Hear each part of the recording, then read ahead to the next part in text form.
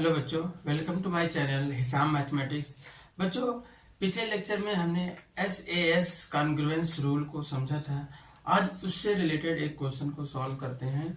कैसे SAS congruence rule को apply करते हैं ये आज हम देखेंगे। तो हमारा इसके लिए एक क्वेश्चन है इन फिगर 7.8। ये हमारा फिगर है 7.8 में कह रहा है कि OA is equal to OB।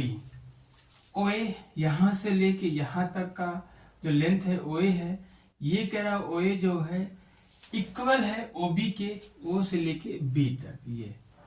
ये हमारा क्या है, OA जो है is equal to OB and OD is equal to OC।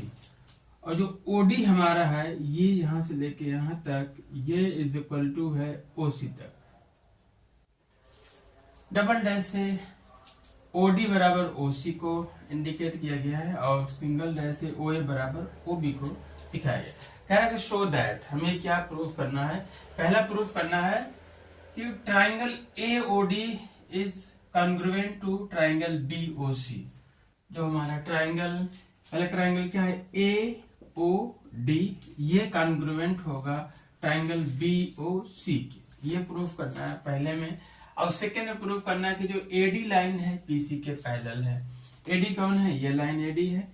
AD जो है पैरेलल टू ये BC। ये हमें क्या करना है, प्रूफ करना है। ये दोनों लाइन पैरेलल, ये प्रूफ करना है। तो पहले हम ये प्रूफ करते हैं कि ये कॉन्ग्रुएंट है, ये दोनों ट्राइंगल, एक ट्राइंगल ये और एक ट्राइंगल ये। ठीक है, हमें किसका यूज करना है देखते हैं। SAS कॉन्ग्रुएंस रूल यहाँ पे अप्लाई हुआ क्योंकि हमें यहाँ पे दो चीजें दी हुई है पहले से, तो इसको हम सॉल्व करते हैं। क्योंकि यहाँ पे जो है OA is equal to OB, ये क्या है, पहले से गिवन है, पहले से दिया हुआ है। फिर आगे है OD is equal to OC, ये भी गिवन है, हमें पहले से दिया हुआ है। अब यहाँ पे साइड एंगल साइड क्राइटेरिया देखना है। तो ये दो साइड तो इक्वल हो गई, इसके इक्वल हो गया है, ये वाले इसके इक्वल, मतलब ये साइड ये साइड। इनसे इंक्लूडेड एंगल को देखना है। इन दोनों साइड से जो इंक्लूडेड एंगल है ये है, और फिर इन दो साइड से जो इंक्लूडेड एंगल है ये है। ये दोनों एंगल हैं जो इक्वल हमें दिखाना है। क्योंकि ये दोनों एंगल इक्वल होते हैं, क्योंकि ये जो एंगल हैं देख रहे हैं कि एक लाइन AB और एक लाइन CD, ये दोनों लाइन एक दूसरे को इंटरसेक्ट कर रहे हैं, और इंटरसेक्टिंग से जो ये एंगल बनता है इसको बोलते हैं वर्टिकली अपोजिट एंगल। और वर्टिकली अपोजिट एंगल जो होता है वो आपस में इक्वल होता है। ठीक है, तो यहां पे लिख देंगे सिंस एंगल AOD, ये वाला angle AOD and angle BOC, ये वाले angle BOC form a pair of vertically opposite angle।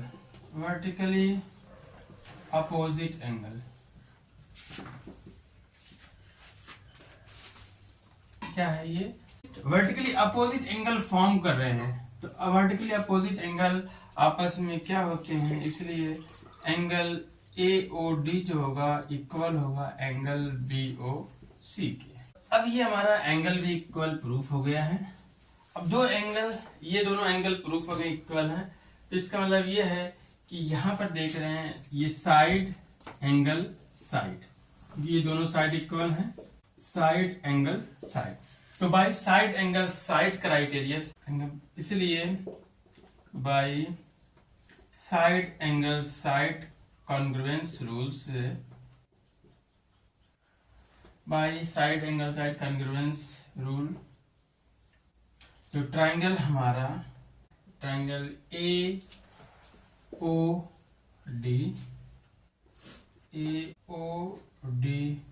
Congruent to triangle BOC, ये चीज हमें क्या करना है, प्रूफ करना था।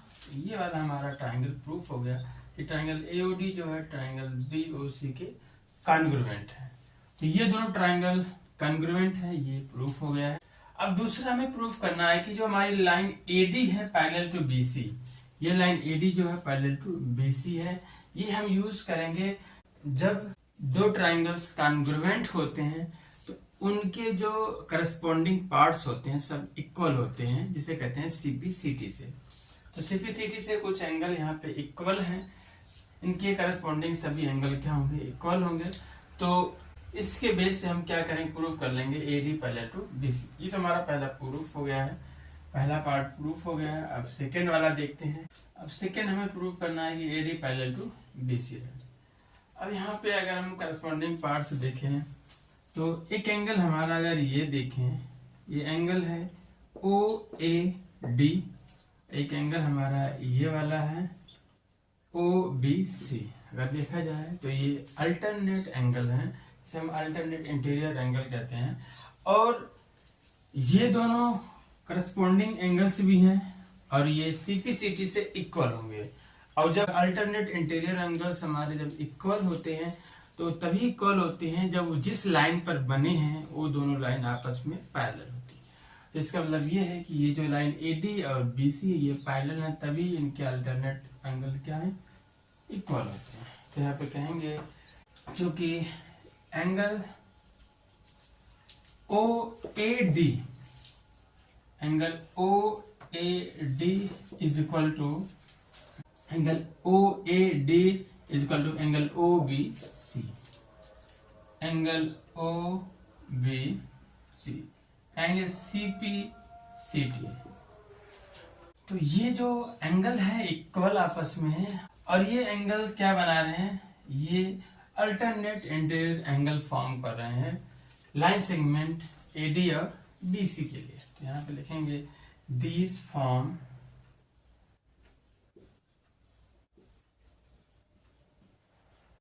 a pair of alternate angle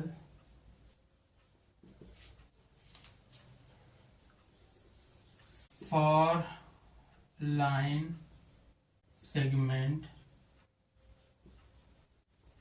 कौन सी लाइन सेगमेंट है, AD and BC। Correct, these form a pair of alternate angles for line segment AD and BC। AD और BC के लिए अल्टरनेट एंगल्स हैं और आपस में इक्वल भी हैं। इक्वल तभी होंगे जब ये दोनों लाइन आपस में पैरेलल होंगे। तो कहेंगे इसलिए AD line parallel to BC, यही हमें प्रूफ करना था। इस तरीके से ये प्रूफ हो गया। तो ये क्वेश्चन का इस तरीके से हम सॉल्व करते हैं। अगर हमें side angle side congruence rule को अप्लाई करना है तो देखना होगा कि दो साइड इक्वल हो और उनसे इंक्लूडेड एंगल भी इक्वल होना चाहिए। तो बच्चों आज का लेक्चर हमारा यहीं तक। नेक्स्ट लेक्चर में हम अगला कॉन्ग्रुएंस क्राइटेरिया होता है उसके बारे में डिस्कस करेंगे। ओके बच्चों, have a nice day, take care.